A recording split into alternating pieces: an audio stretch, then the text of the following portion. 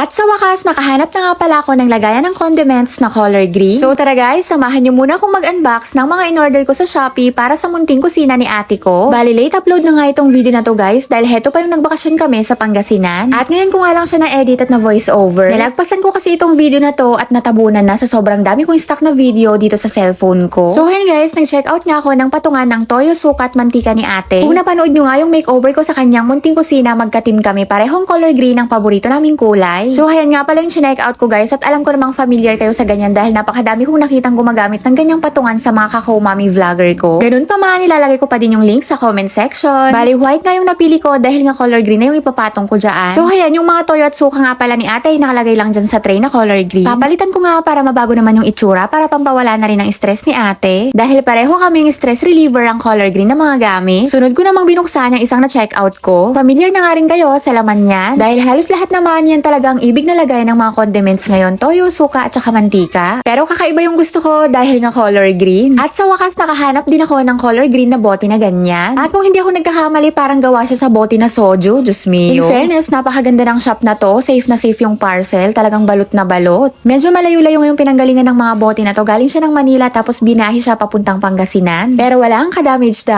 Pasintabi po sa ayaw ng mga makukulay na gamit sa kusina. Team green po kasi ako. Nagagandahan din naman ako sa mga team puti, team kahoy, pero nalulungkot lang talaga ako. Mas napapasaya talaga ako ng color green. At talaga namang natutuwa talaga ako dito. Mag-order din ako para sa kusina namin. Sa mga katim ko dyan, wag nyo nang palagpasin. Mag-check out na kayo. Ilalagay ko na lang yung link sa comment section. Diyos mio. Pinaglalagay ko na nga lang muna dyan at bahala pa rin naman si ate kung anong gusto niyang ayos. In-organize ko na nga lang muna para mabago naman yung itsura ng kanyang munting kusina. Ako kasi talaga pag nakakakita ko ng color green, talagang nawawala yung stress ko. Hindi ko nga rin talaga alam pero iba talaga yung dala na saya ng color green sa akin. So ayan, pagkatapos ko i-organize lahat ay sinunod ko namang nilagay yung thermos at lagayan niya ng kape at gatas dito sa tray na green. May konting stock pa nga siya na nakasupot at malapit na nga lang maubos, hindi pa niya nailalagay. Ako na nga lang ang naglagay at napakadami din kasing gawain si ate ko. Pero kahit naman napakabisi niya sa buhay ay malinis din siya sa mga gamit. Super mini vlog lang to guys ha, kaya sana nakarating kayo hanggang dito sa dulo. At kung nagustuhan niyo tong video na to ay palike and share naman, pa-follow na din.